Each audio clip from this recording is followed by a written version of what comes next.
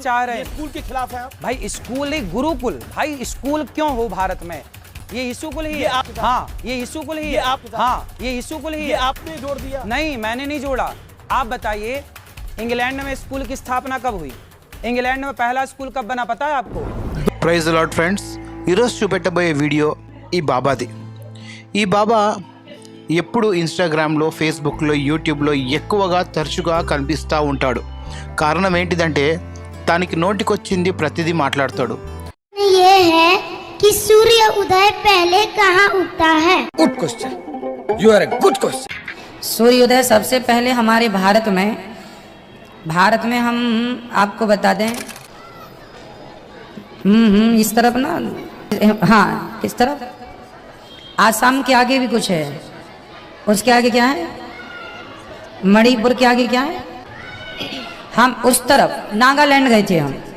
हम नागालैंड गए थे. नागालैंड भारत की ही धरती है. नागालैंड वहाँ गए तो सवेरे 4:30 बजे देखा तो दिन था. महाराज जी बल्कि गूगल में सर्च करने से बताता है कि जापान में पहले सूर्य उदय होता है. ना बेटा, जनता को आप मूर्ख समझना बंद कर दीजिए. సూర్యుడు ఎక్కడ ఉదయిస్తాడో అనేది కూడా తెలియదు, ఎక్కడ అస్తమిస్తాడో అనేది కూడా తెలియదు. నేను ఇంతకుముందు కూడా ఈ బాబా గురించి ఎన్నో వీడియోలు తీసినాను.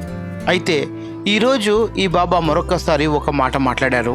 మీరు ఒకసారి వినండి తను ఏం మాట్లాడారు. 1812 में पहला स्कूल बना इंग्लैंड में. उस समय भारत में 7 लाख गुरुकुल एक्टिव थे. जब दुनिया पहली बार पढ़ना जानती थी उस समय हमारे यहाँ आद्य शंकराचार्य जी से नारियां शास्त्रार्थ करती थी. भारतीय माँ ने शास्त्रार्थ की. भाई स्कूल ही गुरुकुल, भाई स्कूल क्यों हो भारत में? 1812 में लगभग स्कूल जोड़ दिया इसके साथ? हाँ ये यीशु कुल ही है. आपने जोड़ दिया? नहीं मैंने नहीं जोड़ा. आप बताइए इंग्लैंड में. విన్నారు కదా ఫ్రెండ్స్, ఈ బాబా చెప్పే మాట ఏంటిదంటే భారతదేశంలో ఉన్న స్కూల్స్లన్నీ గురుకుల్గా మారాలి. అదేవిధంగా ఈ స్కూల్ అనే పదం బ్రిటిష్కి సంబంధించింది. అందుకనే ఈ స్కూల్ అనేది స్కూల్ కాదు, ఇది యేసు కుల్ అంట. ఈషు కుల్ అని హిందీలో అంటున్నాడు, నేను తెలుగులో యేసు కుల్ అని చెప్తున్నాను. అంటే ఈ స్కూల్స్ అనేది యేసుక్రీస్తుకు సంబంధించిన వాళ్ళవి. ఈ స్కూల్స్ అనేది క్రైస్తవులకు సంబంధించింది, బ్రిటిష్ వాళ్ళకు సంబంధించిందని చెప్తున్నాడు. ఈ బాబా ఇంతకు ముందు కూడా ఎన్నోసారి ప్రచారం చేశాడు. ఏం ప్రచారం చేశాడంటే బ్రిటిష్ వాళ్ళు తన ధర్మాన్ని పాటించడానికి, తన ధర్మాన్ని స్ప్రెడ్ చేయడానికి భారతదేశంలో ఉన్న గురుకుల అన్నిటికీ స్కూల్గా మార్చారు. దీని ద్వారా మత ప్రచారం చేశారని చెప్తున్నాడు. ఎన్నోసార్లు తన దర్బార్లో ఈ మాటలు చెప్పాడు. ఇప్పుడు అలానే టీవీ స్టూడియోలో కూడా ఇతను మాట్లాడుతున్నాడు. అర్థమైందా ఈయన తెలివి ఎంతనో? ఇది కేవలము చదువు లేని వాళ్ళు మాత్రమే మాట్లాడగలుగుతారు. ఎందుకంటే ఇతని మాటలు అన్నీ మీరు ఒకవేళ వింటే హిందీ అర్థమైతే సైన్స్కి సంబంధించిన మాటలు ఉండవు, జియోగ్రఫీ, హిస్టరీకి సంబంధించిన మాటలు ఉండవు. తన నోటికి ఏది వస్తే అదే మాట్లాడతాడు. దానికి అదేవిధంగా ఇతనికి ఎంతోమంది ఫాలోవర్స్. అయితే ఇతను ఏ విధంగా అయితే స్కూల్ గురించి మాట్లాడారో ఇది నవ్వుకోవాల్సిన విషయము. ఎందుకంటే స్కూల్ని యేసు స్కూల్గా మార్చిన ఏకైక వ్యక్తియే ఈ బాబా. ఎడ్యుకేషన్ విషయంలో మిషనరీ స్కూల్స్కి మించిన స్కూల్స్ ఏదీ లేదు. ఇది ఎన్నోసార్లు ప్రూవ్ అయిపోయింది. అదేవిధంగా మిషనరీ స్కూల్స్ పైన బురద చల్లడమే చూశారే కానీ ఆ స్కూల్లో ఉన్న స్టాండర్డ్స్ ఎడ్యుకేషన్ని మాత్రము ఎవ్వరూ కంపేర్ చేయలేరు. ఇతను స్కూల్ ముందు యేసు పెట్టాడు, స్కూల్కి యేసు స్కూల్గా మార్చేశాడు. ఇంతకు ముందు కూడా బిస్కెట్ అనే పదానికి బిస్కెట్లో బిస్ అంటే విష్ ఉంది, అంటే విషం ఉంది.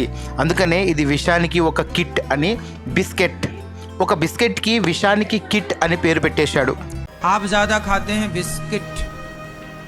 बिस्कुट, बिस्कुट का मतलब क्या है? बिस्किट का मतलब क्या है? Whisky kit. विष मतलब जहर की किट.